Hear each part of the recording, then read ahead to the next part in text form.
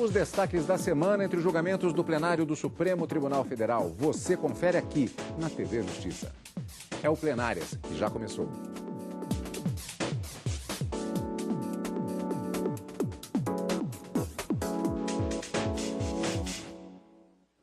Hoje, com os principais momentos das sessões dos dias 27 e 28 de fevereiro de 2019. Karina, uma semana marcada por uma grande quantidade de temas, alguns não encerrados, mas temas importantes, como eu já disse, temas variados, então tem bastante coisa para a gente falar. Hoje não sei nem se dá tempo de falar tudo, né? Exatamente, Cadu, vamos fazer uma seleção aqui, porque na sessão da quinta-feira, presidida pelo ministro Luiz Fux, a dinâmica dos trabalhos quase que esgotou praticamente a pauta de julgamentos, considerando que, apesar de ficarem 2 ações diretas para serem julgadas ainda, mas dois outros processos foram chamados das listas. Então, dentro daquela matemática que a gente faz, é possível dizer que a pauta foi esgotada. Mas muitos temas discutidos e decididos no plenário essa semana, fechando os julgamentos do mês de fevereiro de 2019. Na quarta-feira, eu classificaria a quarta-feira, Cadu, como a quarta da responsabilidade. Responsabilidade objetiva do Estado quando a atividade de um cartorário ou de um cartório prejudicar a terceiros ou a particulares foi a discussão que tomou toda a manhã da quarta-feira na sessão extraordinária e foi retomado logo no início da sessão à tarde, também da quarta-feira, com a conclusão e o julgamento de um recurso extraordinário envolvendo esse tema, responsabilidade objetiva do Estado em casos de danos causados a terceiros em decorrência da atividade de cartórios de notas ou mesmo cartórios de registro. E na quarta-feira ainda foi dado início ao julgamento de 7 ações diretas de inconstitucionalidade e uma ADPF, todas elas questionando diversos dispositivos da chamada Lei de Responsabilidade Fiscal, uma lei que estabelece e impõe limites de gastos ao poder público, tanto seja ele executivo, judiciário ou legislativo, nas esferas municipal, estadual e federal. O julgamento da quarta-feira da Lei da Responsabilidade Fiscal não foi concluído, foi até as sustentações orais e aguarda a pauta para julgamento numa outra oportunidade, porque o ministro Dias Toffoli, na quarta-feira, acabou mantendo a pauta dirigida e já publicada para a sessão da quinta-feira. Uma pauta extensa, os trabalhos foram conduzidos, como eu disse, pelo ministro Luiz Fux e acabou sendo quase toda ela esgotada, envolvendo assuntos sobre incidência de ISS já decidido pelo Supremo em um outro recurso extraordinário, o julgamento definitivo sobre o teto remuneratório dos procuradores municipais, se o teto deveria ser estabelecido como o limite do quanto ganha um prefeito municipal ou o que ganham os desembargadores do Tribunal de Justiça. Essa foi uma discussão que acabou sendo concluída. Outros temas envolvendo Lei de Pernambuco, Lei da Bahia e concursos públicos. Então, temas bastante variados numa semana que fecha o mês de fevereiro de 2019, com muitos julgamentos realizados, sem dúvida alguma. Então, como eu costumava dizer, faz tempo que eu não falo isso, vamos fatiar, portanto, a semana. Inclusive, como registrou a Karina, tivemos sessão plenária na manhã da quarta-feira, já na expectativa justamente de que na semana do Carnaval nós não teremos sessão plenária. E lembrando que teremos também outra sessão extraordinária na semana seguinte, compensando-se assim os 2 dias que não teremos sessão na semana do Carnaval. Então, uma sessão extraordinária na manhã desta quarta-feira. Teremos na outra semana também outra sessão extraordinária, mantendo-se justamente esse ritmo dos trabalhos no plenário do Supremo Tribunal Federal. Então vamos lá. Os ministros do Supremo realizaram na manhã da quarta-feira, portanto, sessão extraordinária e na pauta o recurso extraordinário do Estado de Santa Catarina, que envolve a discussão da responsabilidade civil do Estado em decorrência de danos causados a terceiros, por tabeliães e oficiais de registro no exercício das respectivas funções. Foi depois de uma decisão em instâncias inferiores que o Estado de Santa Catarina encaminhou recurso extraordinário ao Supremo Tribunal Federal. O acórdão questionado confirmou a responsabilidade civil objetiva do Estado por atos de tabeliães e oficiais de registro. Visão contestada pelo recorrente. O procurador de Santa Catarina afirmou que o particular que atua por delegação pode ser responsabilizado de forma primária. Não pode haver imputação primária e solidária de responsabilidade à administração pública central por danos causados pelo prestador de serviço. Se ele é pessoa distinta do Estado, com personalidade própria, responde ele de forma direta e primária pelos danos causados a terceiros. O estado de Santa Catarina foi a única parte do processo a falar na tribuna. As outras sustentações orais foram feitas por amigos da Corte. A Associação de Notários e Registradores e o Colégio Notarial do Brasil pediram a manutenção da jurisprudência do STF para que o Estado seja responsabilizado e que o pedido do Estado de Santa Catarina seja negado. A atividade notarial e de registro é uma atividade eminentemente pública. Ela é sim uma atividade pública, o que caracteriza a sua natureza estatal, estritamente estatal, excelências. E dessa forma, a responsabilidade do Estado é objetiva, frente a uma atividade pública, a uma atividade estatal. Nós poderemos esvaziar, a partir de uma interpretação divergente daquela pacificada, esvaziar uma atividade que funciona no Brasil e bem, que é a atividade notarial, a atividade dos tabeliães. O ministro Luiz Fux, relator do recurso extraordinário que tem repercussão geral reconhecida, citou diversos processos com temas semelhantes julgados pelo Supremo, responsabilizando a administração pública. O ministro negou o pedido feito por Santa Catarina, reconhecendo que o Estado responde diretamente. Verifica-se que o apelo não merece prosperar, mantendo-se a sentença e o acórdão, tratando-se da espécie de dano causado pelo registrador no exercício de sua função, fazendo incidir a responsabilidade direta do Estado de Santa Catarina, evidentemente que é assegurado na forma da lei o direito de regresso. O ministro Alexandre de Moraes acompanhou o voto do relator. Já o ministro Edson Fachin teve voto divergente. O ato notarial de registro que provoca dano particular é o caso dos autos, gera em relação ao Estado responsabilidade objetiva, mas apenas subsidiária. Antes do encerramento da sessão, o último a votar foi o ministro Luiz Roberto Barroso. Ao analisar o caso, ele votou pelo pagamento de indenização pelo Estado de Santa Catarina, mas entendeu que daqui para frente a responsabilidade do Estado deve ser subsidiária. Eu acho que o Estado não pode ser demandado isoladamente numa situação de falta imputável ao tabelião ou ao oficial registrador. Eu acho que a responsabilidade do Estado aqui só pode ser subsidiária. O julgamento foi interrompido ao final da sessão da manhã, mas continuou na sessão da tarde da quarta-feira. E, ao final, o plenário considerou que é responsabilidade do Estado os danos cometidos por tabeliães e oficiais de registro a particulares. À tarde, a ministra Rosa Weber disse que os cartórios realizam serviços públicos e, por isso, o Estado é responsável pelos erros cometidos por tabeliães e oficiais de registro. O cidadão, ele não pode, ele está se valendo de um serviço de natureza pública. Ele não pode viver em sociedade se ele não tiver os atos da sua vida civil todos objeto de registro. A ministra Carmen Lúcia lembrou que todos dependemos dos cartórios. E, enquanto for assim, o poder público é obrigado a reparar danos causados por erros cartoriais. Enquanto dependemos de cartório e dependemos, é preciso que se afirme realmente a responsabilidade. Neste caso, temos, pela circunstância de, como disse a ministra Rosa, em que uma pessoa, como neste caso, em que, por um ato equivocado que provoque danos no seu patrimônio de bens jurídicos, acabe ficando um longo tempo sem exercer os seus direitos. Também votaram assim na sessão desta tarde os ministros Ricardo Lewandowski, Celso de Mello e Dias Toffoli. Se trata de um serviço obrigatório para o particular. O particular não pode fugir de ter uma certidão de nascimento ou de uma certidão de óbito, ou, ao transferir o imóvel, de munir-se de uma escritura pública devidamente registrada. Portanto, é um serviço público de natureza obrigatória. Atualmente, ele é um agente público. Conservou-se a denominação de serventuário, mas, na realidade, é um agente público.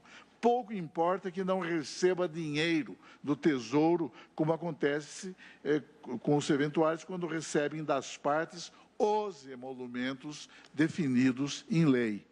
Já o ministro Marco Aurélio votou contra a responsabilidade do Estado nesses casos. Ele não responde por atos de notários e de registradores, pouco importando a receita do cartório respectivo.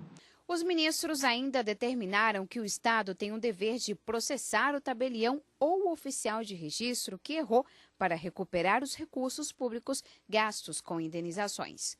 Portanto, esse foi um dos principais julgamentos da sessão plenária do dia todo, na verdade, já que ele foi iniciado pela manhã, continuou na tarde da quarta-feira. Tem mais coisa ainda na quarta-feira, daqui a pouquinho a gente vai ver, mas, bom, fechando especificamente essa questão. Aliás, havia, inclusive, outros processos em expectativa de julgamento que trata da questão da responsabilidade de servidores públicos em relação a serviços prestados a particulares, mas, especificamente, foi fechada a questão em relação aos servidores, os trabalhadores, as pessoas que trabalham, os funcionários de cartórios, tabeliães, notários e registradores. Exatamente, Cadu. E quando a gente fala dessa responsabilidade objetiva do Estado, significa que aqueles serviços públicos prestados, ainda que um serviço ele de caráter público, mas prestado por particulares, é um serviço público destinado à população e que o Estado é responsável por aquele eventual erro que venha a ser cometido, e assim foi decidido pelo Supremo. É uma coisa curiosa que eu ia até falando servidores, mas na verdade não são. É um serviço prestado por particulares, mas é um serviço que tem caráter público. Exatamente, de natureza pública. E daí os ministros entenderem que essa responsabilidade seria objetiva, ou seja, independentemente se houver dolo ou culpa, causou dano, o Estado tem o dever de indenizar em razão daquele dolo. Então, o caso específico aqui tratava de um viúvo que buscava judicialmente uma indenização por parte do Estado em razão de um erro do cartório no momento de lavrar a certidão de óbito da sua esposa, que teria lavrado com o nome errado e ele, por 3 anos, não conseguiu receber a aposentadoria que era da sua esposa. Então, houve um dano a um particular em decorrência de uma má prestação do serviço por um cartório e que o Estado tem o dever de indenizar. Houve uma discussão, uma divergência aberta no plenário se essa responsabilidade seria subsidiária ou solidária. Ou seja, eu posso buscar essa indenização diretamente ao Estado, porque tanto o Estado como o cartório seriam obrigados a pagar por essa indenização, por esse erro, ou primeiro eu aciono o cartório para, em caso de não sendo ele solvente, não conseguindo arcar com aquela indenização, o Estado seria instado a se manifestar e a pagar essa indenização. Essa foi a tese defendida pelo ministro Luiz Roberto Barroso, mas que acabou ficando vencido.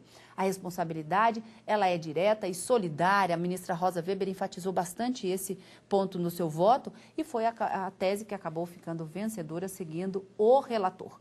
E na fixação da tese, já que se tratava de um recurso extraordinário, com repercussão geral reconhecida, cuja decisão vai se aproveitar a vários outros processos de indenização que trazem esse mesmo pano de fundo, como eu digo aqui, não é? Essa indenização em razão de erro de tabeliães ou oficiais de cartórios, os ministros decidiram que, nesse caso, havendo então a responsabilidade objetiva do Estado, o Estado tem o dever, em caso de dolo ou culpa, de entrar com a chamada ação de regresso contra o tabelião, né, contra o cartório, que gerou aquele prejuízo ao Estado, já que o Estado tem o dever de pagar, sob pena de improbidade administrativa. E foi nesse sentido a tese fixada nesse recurso extraordinário, estabelecendo, portanto, um primeiro julgamento já concluído na quarta-feira, na sessão plenária do Supremo Tribunal Federal. Pegando aquele gancho, Karina, que você disse, a quarta-feira foi o dia da responsabilidade. Ainda na sessão da tarde da quarta, os ministros começaram a julgar em conjunto 8 ações que tratam da lei de responsabilidade fiscal. E é o que nós vamos ver no próximo bloco do Plenárias.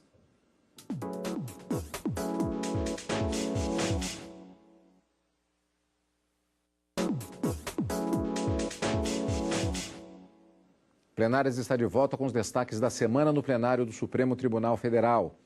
Ainda na sessão da tarde da quarta-feira, dia 27 de fevereiro, os ministros do STF começaram a julgar, em conjunto, 8 ações que tratam da lei de responsabilidade fiscal, todas sob relatoria do ministro Alexandre de Moraes. No ano 2000, entrou em vigor no país a Lei de Responsabilidade Fiscal. A norma tem 75 artigos e diz como os governos federal, estaduais e municipais devem gastar os recursos que são arrecadados. A lei também prevê punições para os gestores que não cumprirem as regras. A lei diz, por exemplo, que os gastos dos estados com o salário de servidores do Executivo calculados na receita líquida não podem passar de 50% na União e 60% nos estados e municípios. Quando os gastos com pessoal estiverem acima desses limites estabelecidos pela lei, os estados, o Distrito Federal e o governo federal deveriam reduzir em 20% as despesas com cargos comissionados, reduzir jornada de trabalho e salários ou ainda demitir servidores não estáveis. Em caso de descumprimento no teto dos gastos, os entes ficam impedidos de contratar operações de crédito e não podem receber transferências voluntárias da União até reajustarem as contas. Um pouco depois de entrar em vigor, 8 ações questionando trechos da lei chegaram ao STF. A Corte, em 2002, suspendeu por meio de liminar a possibilidade de estados endividados diminuírem salários e reduzirem a jornada de trabalho de servidores. As ações sobre a Lei de Responsabilidade Fiscal começaram a ser julgadas nesta quarta-feira. O presidente do STF, ministro Dias Toffoli, apresentou questão de ordem sobre a participação dele no julgamento por ter sido advogado-geral da União. O mesmo ocorre com o ministro Gilmar Mendes, que também ocupou esse cargo. O ministro Toffoli disse que, apesar de ter exercido o cargo, não se considerava impedido de participar do julgamento. De fato, embora tenha ocupado ao tempo da tramitação desta ação direta, refiro-me a de número 2238, o cargo de advogado-geral da União, não me manifestei em nenhuma ocasião quanto a celeuma posta sob apreciação. Os ministros concordaram que não há impedimento. Em seguida, os autores da ação e os advogados que falaram como amigos à Corte defenderam a inconstitucionalidade de parte da lei. Resolver os problemas de finanças às custas dos vencimentos dos servidores não é o melhor caminho que a Constituição estabelece e nem o país espera dos legisladores e de todos nós, enfim. Já a Advocacia Geral da União disse que a lei é essencial para a gestão fiscal do país. Destacou que antes da norma, o socorro financeiro da União aos estados chegou a 730 bilhões de reais, ou seja, 11% do produto interno bruto do Brasil em 2017.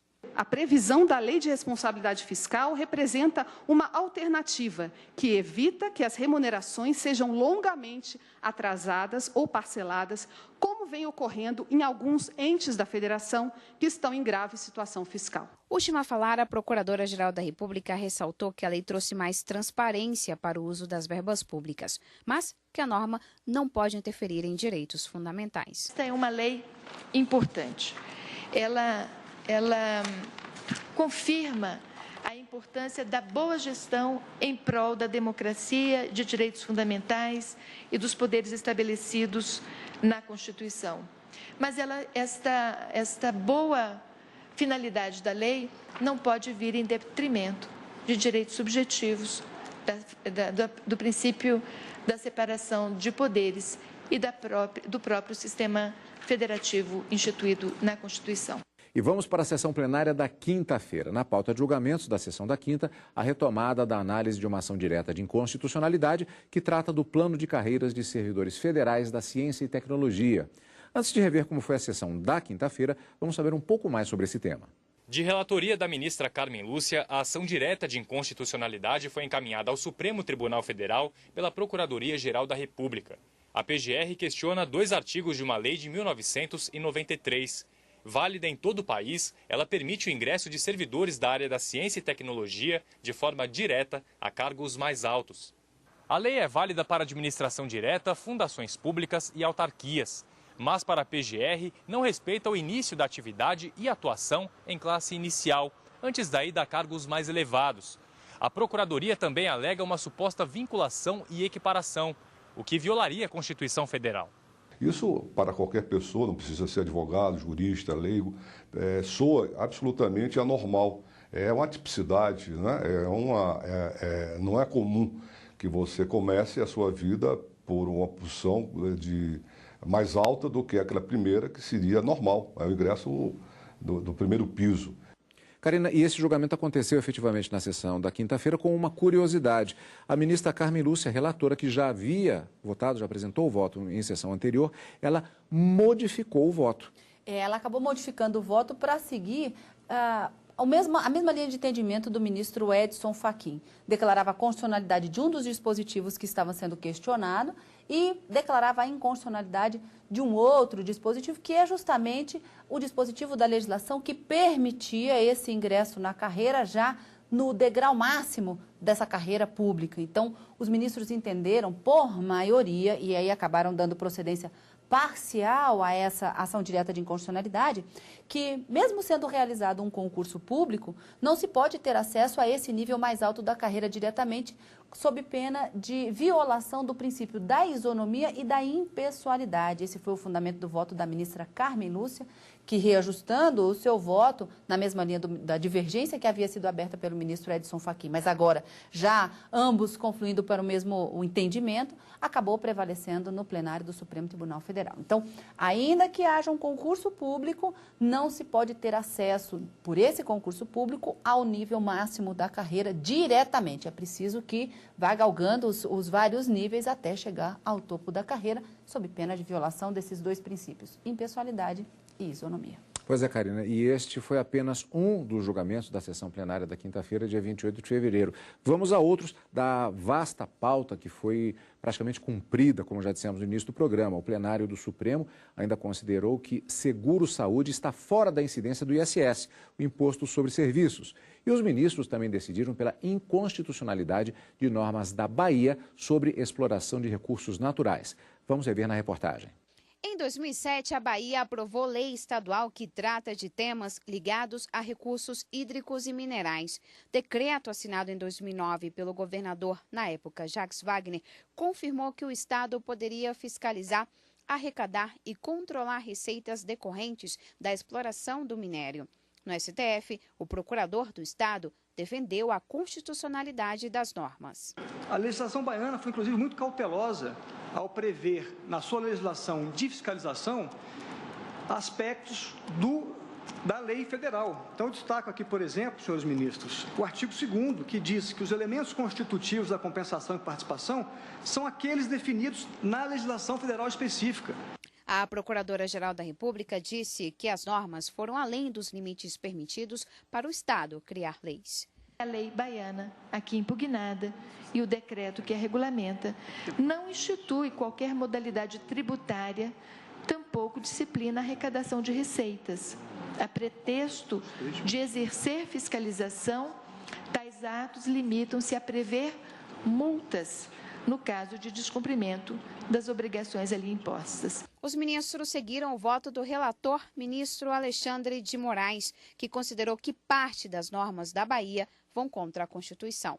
O que o Estado da Bahia fez, presidente, na verdade foi confundir o artigo 23 com o artigo 24 da Constituição, onde se prevê uma competência legislativa concorrente, normas gerais da União, normas específicas dos estados, são nas matérias do artigo 24. O artigo 23, que prevê a competência comum, é uma competência administrativa, não uma competência legislativa. Utilizando o artigo 23, inciso 11, o Estado legislou, inclusive, em relação à arrecadação diretamente pela Secretaria da Fazenda, infrações, penalidades, ou seja, invadiu a competência privativa da União prevista no artigo 22. Outro caso julgado foi o da cobrança do ISS para seguro-saúde. O plenário isentou essas empresas do pagamento do imposto. Vamos ver como foi a decisão. O caso foi julgado durante embargos de declaração e a decisão vale para todos os processos do mesmo tema em tramitação no país. Por maioria, o plenário decidiu que os seguros-saúde não precisam recolher o ISS porque eles já recolhem o IOF, Imposto sobre Operações Financeiras. Mas o tributo continua válido para os planos de saúde. Tendo em conta, especialmente, que a repercussão geral do tema de número 581 restringir-se apenas a planos de saúde. As seguradoras não têm, nem prestam diretamente serviços, nem têm rede credenciada, um sistema de reembolso, é diferente a lógica das duas atividades. Portanto, eu acho que é legítima a diferenciação na tributação, como fez a legislação. IOF sobre num caso e ISS no outro. Karina, uma outra decisão importante, o julgamento encerrado, portanto, julgado na sessão plenária da quinta-feira, foi com relação ao teto remuneratório dos procuradores municipais. Exatamente. Já havia uma maioria formada no Supremo nesse recurso extraordinário da relatoria também do ministro Luiz Fux, mas ministro Gilmar Mendes e nem ministro Ricardo Lewandowski ainda haviam votado e foi retomado esse julgamento. E o Supremo acabou definindo que o artigo 3711 da Constituição, ao se referir ao teto remuneratório de procuradores, estabelecendo como teto o valor dos subsídios dos desembargadores dos tribunais de justiça, a Constituição não estabeleceu uma diferença entre procuradores estaduais e municipais. E que, portanto, esse teto, então o valor, o quanto ganha um desembargador do Tribunal de Justiça, é o teto que deve ser estabelecido para se fixar o valor da remuneração dos procuradores municipais. E não como decidiu o Tribunal de Justiça de Minas Gerais, que fixava como teto para o estabelecimento dos subsídios dos procuradores municipais o valor percebido mensalmente pelos prefeitos, ou seja, o chefe do Poder Executivo Municipal. Então, essa foi uma decisão bastante importante num julgamento que acabou sendo concluído na sessão da quinta-feira. Procuradores municipais e procuradores estaduais, de acordo com a Constituição e a interpretação dada pelo Supremo, devem respeitar o teto remuneratório dos desembargadores dos tribunais de justiça, que equivale a 90, que pode ser equivalente a 90,25% do quanto percebem os ministros do Supremo Tribunal Federal. Bom, portanto, muitos julgamentos que aconteceram nas sessões plenárias desta semana, como dissemos, marcada inclusive por uma sessão extraordinária na manhã da quarta-feira, já por conta da próxima semana, que será a semana de Carnaval, não teremos sessão plenária do Supremo Tribunal Federal. E teremos mais uma sessão extraordinária, Karina, na semana posterior a essa do Carnaval, exatamente compensando essa folga que teremos, essa pausa que teremos durante a semana do Carnaval. Assim foi dito ontem, na verdade, na sessão da quinta-feira, pelo ministro Luiz Fux, que estava interinamente na presidência da sessão plenária do Supremo Tribunal Federal. Então, encontro marcado depois do Carnaval, na quarta, quinta-feira, quarta pela manhã e tarde, e na quinta à tarde, no final de semana, com plenárias. Portanto, um bom Carnaval para você, Karina, e um bom Carnaval para você também, amigo da TV Justiça, que está sempre conosco. E até, portanto, a outra semana depois do Carnaval, com mais uma edição do Plenárias, você sempre aqui conosco na TV Justiça.